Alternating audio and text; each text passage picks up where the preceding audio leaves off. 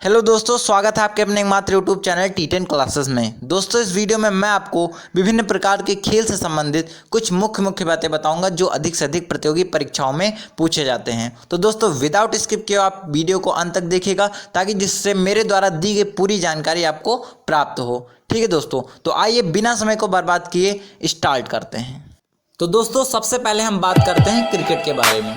दोस्तों, यदि बात की जाए क्रिकेट जैसे गेम की तो ये तो आप जानते हैं कि ये कितना इंटरेस्टिंग गेम होता है। ठीक है दोस्तों, तो दोस्तों इस वीडियो में मैं आपको सबसे पहले क्रिकेट से जुड़ी कुछ मुख्य बातें बताऊंगा। ठीक है दोस्तों, तो आइए सबसे पहले हम जानेंगे कि आखिरकार क्रिकेट की शुरुआत कहाँ से हुई। तो दोस्तों, क्रिकेट की शुरुआत इंग्लैंड में हुई थी। कहाँ हुई थी? इंग्लैंड में हुई थी। और दोस्तों, जो दुनिया का पहला क्रिकेट क्लब बना था वो कहाँ बना था? 1760 के दशक में हैमलंडन में बना था। कहाँ बना था? हैमलंडन में। अब मैं आपको बताऊंगा कि सबसे पहला जो टेस्ट मैच खेला गया था ये 1877 ईस्वी में मेलबर्न में इंग्लैंड और ऑस्ट्रेलिया के बीच खेला गया था। ठीक है दोस्तों, अगर बात की जाए एक दिवसीय अंतरराष्ट्रीय क्रिकेट की तो 1971 ईस्वी में इंग्लैंड और ऑस्ट्रेलिया के मध्य मेलबर्न में मतलब उसी ग्राउंड में खेला गया था। ठीक है दोस्तों, आपने सुना होगा आईसीसी के बारे में। तो दोस्तों, ये जो आईसीसी होता है ये क्रिकेट की सर्वोच्च संस्था होती है, इंटरनेशनल क्रिकेट काउंसिल। ठीक है दोस्तों, इसका जो मुख्यालय है वो कहाँ है? दुबई में है। जबकि जो भारतीय क्रिकेट कंट्रोल बोर्ड है मतलब बीसीसीआई, तो दोस्तों ये जो है ये भारत में क्रिकेट से संबंधित सर्वोच्च संस्था होती है।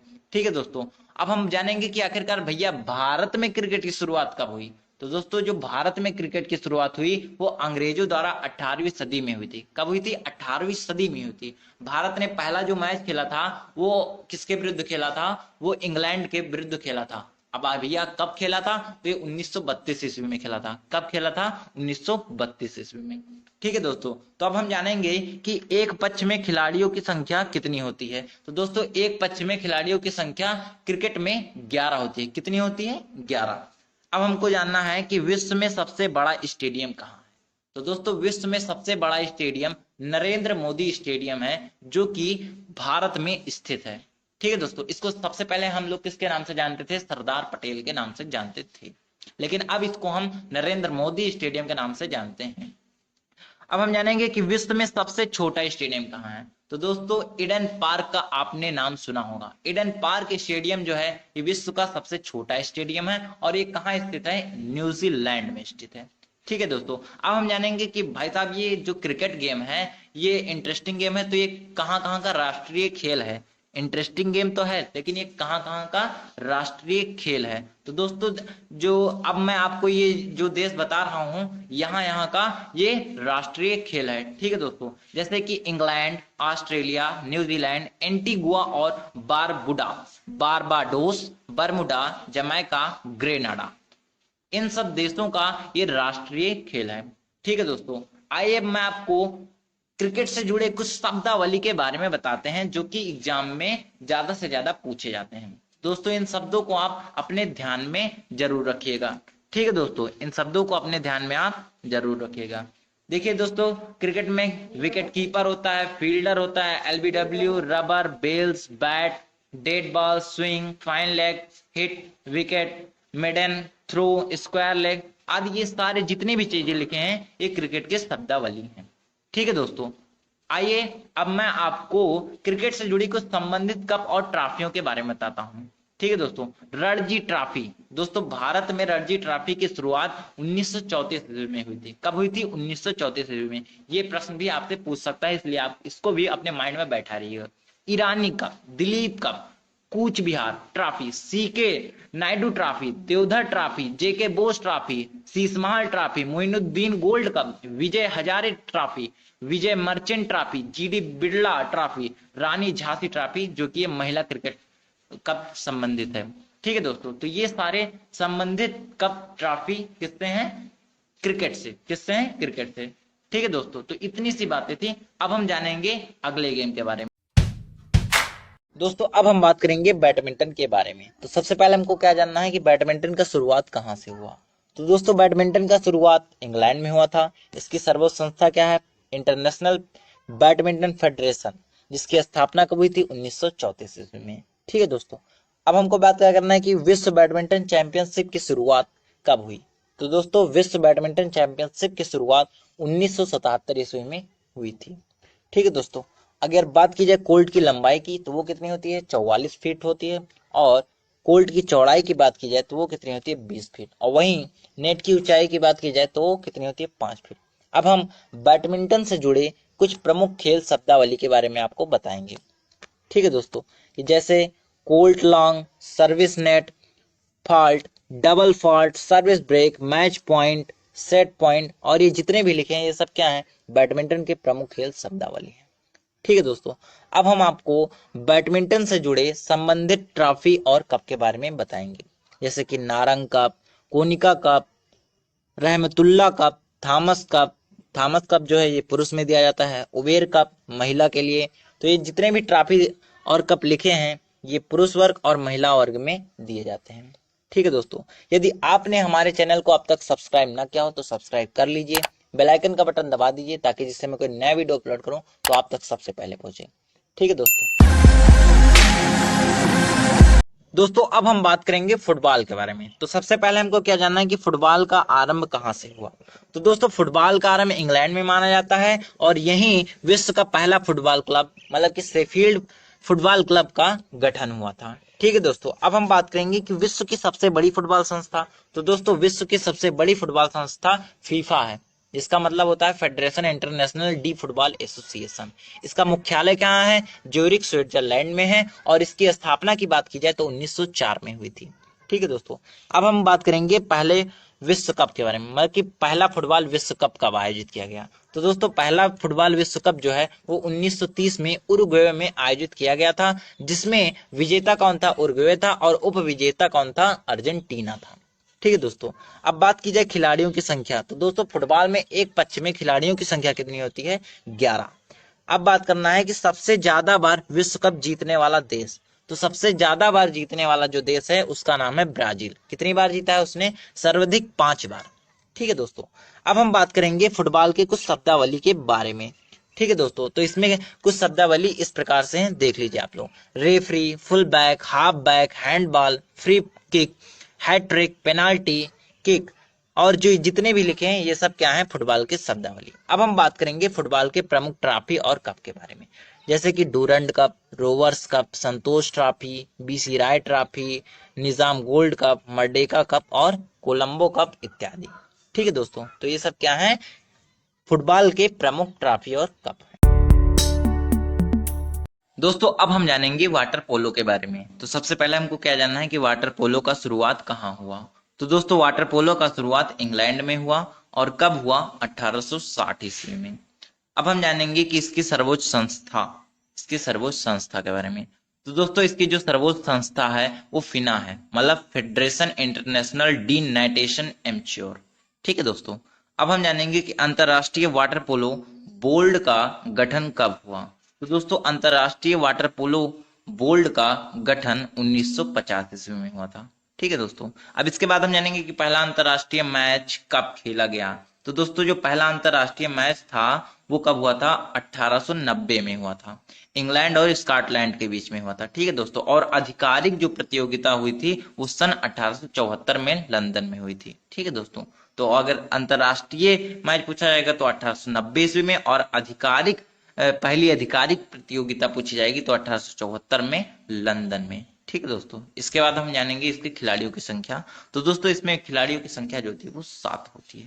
ठीक है दोस्तों, अब मैं आपको वाटर पोलो से जुड़े शब्दावली के बारे में बताऊंगा।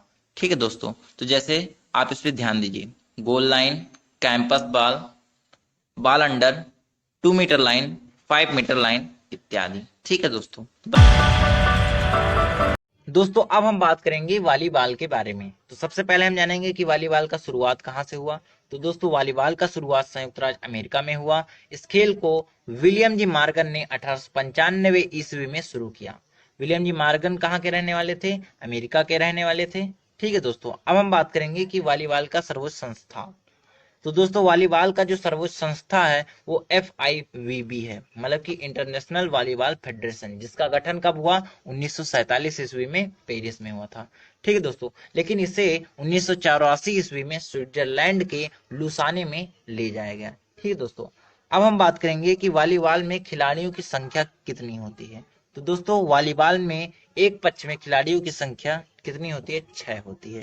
ठीक है दोस्तों, अब हम बात करेंगे कि इसके कोर्ट की लंबाई कितना होता है। तो दोस्तों इसके कोर्ट की लंबाई 18 मीटर होती है और कोर्ट की चौड़ाई जो होती है वो कितनी होती है? 9 मीटर। ठीक है दोस्तों, अब हम वॉलीबॉल से जुड़े कुछ शब्दावली के बारे में जानेंगे। तो इसमें इस प्रकार के कुछ शब्दावली होते हैं।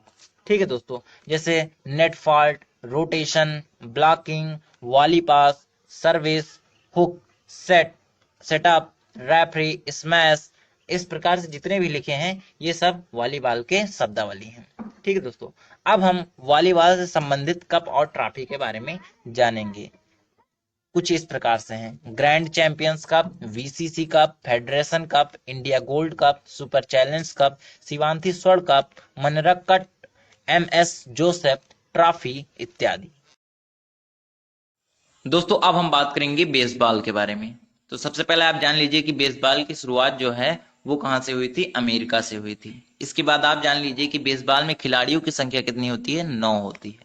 उसके बाद आप जानिए कि जो खिलाड़ी बाल को बैटर के लिए फेंकता है वह क्या कहलाता है। तो दोस्तों जो खिलाड़ी बाल को बैटर के लिए फेंकता है उसको पिचर कहते हैं। क्या कहते हैं? पिचर कहते हैं। ठीक है दोस्तों, अब मैं आपको बेसबॉल से जुड़े कुछ शब्दावली के बारे में बताऊंगा। देखिए दोस्तों, इसमें होता है squeeze play, slide, slider, ground ball, home run, batting, home आदि। ठीक है दोस्तों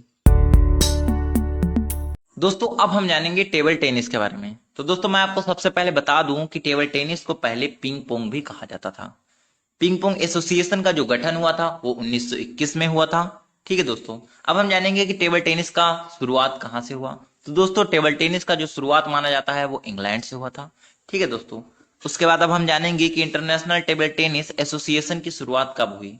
तो दोस्तों 1926 में हुई थी। कब हुई थी? 1926 में। पिंग पोंग का नाम बदलकर इसका नाम रखा गया था international table tennis federation, ITTF, जिसका मुख्यालय कहाँ है? लुसाने, स्विट्जरलैंड में।